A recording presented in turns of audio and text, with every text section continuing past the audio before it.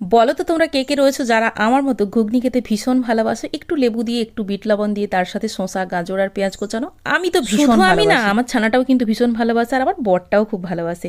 আর এই দিকে দেখো শাশুড়ি মা ছাড়াতে বসে গেছে মোচা, তার কারণ আজকে হবে মোচার বড়া আর মোচার তরকারি, দুটোই হবে। আর এই যে ফুলটা তোমরা দেখে চিনতে পারছো এটা কি ফুল বলো তো? আমি জানি তোমরা হয়তো অনেকেই জানো, এটা হচ্ছে সজনে ফুল। এটার কিন্তু বড়া বানানো যায়, পোস্ত বানানো যায়। কে কোনটা খেতে ভালোবাসো? আজকে কিন্তু আমি বানাবো এটার পোস্ত। এটা সাধারণত গ্রামাঞ্চলে হয়তো বেশি পাওয়া যায়, শহরেও কিনতে পাওয়া যায়, তাই তোমরাও অনেকে দেখে থাকবে। যাই হোক, তো সজনে ফুল কিন্তু ভীষণ খেতে ভালোবাসি আর মা যেখানেই পায় সেখান থেকে কুড়িয়ে নিয়ে আসে। সত্যি কথা বলতে কি জানো, এগুলো বেশি মাই করে, আমি কম করি। তোমরা হয়তো অনেকেই ভাববে কাজে করতে পারে না আর শুধু খেতে পারে, আমি কিন্তু বানাই, মা কুড়িয়ে এনে দেয়।